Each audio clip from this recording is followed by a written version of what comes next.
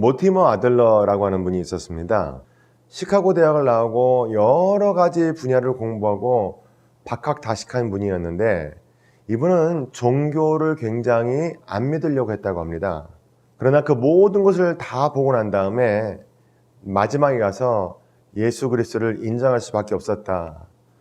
그리고 그가 한 이야기 중에 그런 이야기가 있었다고 하죠.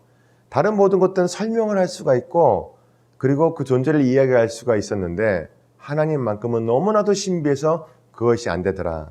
결국에는 하나님을 믿을 수밖에 없었다. 이런 이야기죠. 그렇습니다. 하나님을 믿는 길, 한 가지 길밖에 없고요. 하나님을 인정하기 시작하면 그 길 안에서 진정한 축복이 주어지게 된다는 것이죠. 그러나 그것을 부정하기 시작하면 아무리 증명을 해보려고 해도 하나님 없다는 것을 증명할 수가 없습니다. 하지만 증명하고 나가면 그 길에는 하나님이 주신 축복과 은혜도 함께 주어지게 되겠죠. 오늘 그렇게 우리의 마음 가운데 하나님을 인정하기 위해서 잘못된 예배를 먼저 정리를 해야 된다. 이렇게 말씀을 하고 있습니다.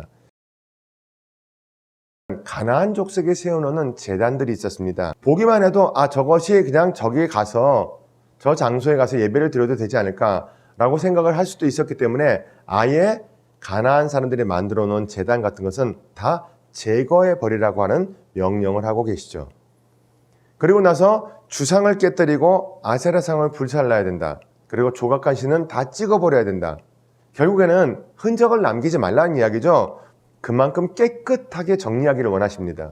우리의 마음에 있는 우상들, 뭔가 우리의 삶을 하나님께로 나아가는데 방해가 되는 모든 것들, 마음을 빼앗기는 모든 것들, 그것이 우상이죠. 그래서 깨끗하게 정리하는 방법에는 어떤 것이 있을까? 깊이 연구해 보시고 여러분이 이성적으로 깨달으시면서 그 잘못된 것들을 정리할 수 있으면 좋겠습니다. 두 번째, 참된 예배의 준비를 위해서 5절부터 14절까지의 말씀인데요. 성막에서 성전으로 예배 장소를 바꾸어야 된다. 즉흥적인 제사가 아니라 정기적인 예배를 드려야 된다. 이전까지는 어떻게 했죠? 성전에서는 번제를 드렸습니다. 그럼 번제는 매 주일마다 모여서 드린 것이 아니었고 그때마다 번제 드릴 필요가 있을 때, 화목제를 드릴 필요가 있을 때, 이럴 때 계속 드렸었죠. 이런 여러 가지의 절차가 있었으나 예배가 제사의 형식과 틀려지면서 이제는 성전이 생기고 나면 그 안에서는 정기적인 예배를 드리는 방식으로 바뀌어져야 된다는 이야기입니다. 그래서 성막에서 성전으로 예배를 바꾸는 새롭게 변화되는 시점에서 새로운 형식을 기억하면서 참된 예배의 준비자가 되라, 이런 말씀을 하고 계시죠. 오늘 우리에게 너무나도 필요한 상황인 것 같습니다. 코로나19 시대를 맞이해서 새로운 예배의 자리로 나가야 되는 것, 그것보다 더 중요한 것이 없겠죠. 그럼 참된 예배 형식은 뭐가 있을까요? 모든 동물을 하나님께 드리는 것이 아니었다라는 이야기입니다. 이제는 일반 동물도 자기들이 음식을 위해서 잡을 수 있는 기회가 주어지게 되었고요. 하지만 농산물의 11조는 무조건 예배 처소에 드려야 된다라고 하는 규정이 있었습니다. 그리고 성물이라고 이야기하는 것은 거룩하게 바쳐진 물건, 이것은 별개의 것인데 특별히 피는 제단에 뿌리지 먹어서는 절대 안 된다라고 하고 있습니다. 그러면 우상 숭배를 금지하는 이유는 뭘까요? 29절부터 32절까지 나오는 이야기인데요. 사람의 마음 가운데는 호기심이 항상 있습니다. 근데 호기심은요, 경건한 삶을 위협하는 도전이 되죠. 저러면 어떨까? 이렇게 해보면 어떨까? 그러면서 병들기 시작하는 거죠. 다른 신에 대해서는 관심조차 가지지 말아라, 이렇게 말씀하고 있습니다. 그리고 하나님께서 가증히 여기시는 온갖 일들이 있는데 그것이 어떤 일인지 다 적어놓고 분별하고 하지 말아야 된다, 이런 이야기를 하고 계십니다.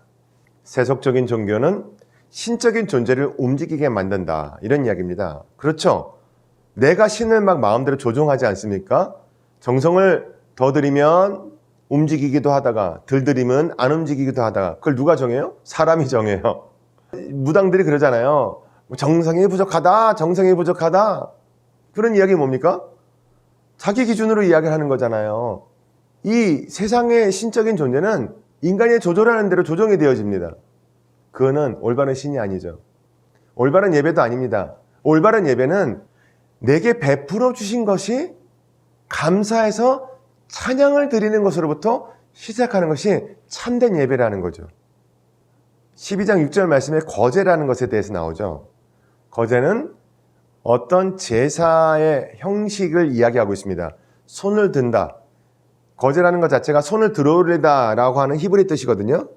신명기에만 나오는데 제물을 바치는 방식을 표현한 그런 제사를 이야기하고 있습니다. 하나님께서 지금 여러분의 삶을 바라보시면서 제일 깨름직해 하시는 게 뭘까요? 하나님 앞에 하나님, 내가 이것을 내려놓겠습니다. 변화된 삶을 살겠습니다. 결단하고 각오하시고 정기적인 예배를 통해서 변화의 길을 유지시키실 수 있기를 바라고요. 긍정적으로 유지시킬 항목, 내가 하나님 이 부분은 어떻게 더 긍정적으로 유지하고 발전해야 됩니까? 라고 물어보시고 기도하시고 나아갈 수 있게 되기를 바랍니다. 신명기 12장 28절의 말씀 다 같이 봉독하겠습니다. 내가 내게 명령하는 이 모든 말을 너는 듣고 지키라. 내 하나님 야훼의 목전에 선과 의를 행하면 너와 내 후손에게 영구히 복이 있으리라. 사랑하는 성도 여러분, 어떠십니까? 여러분 충분히 하나님을 인정하고 계시죠?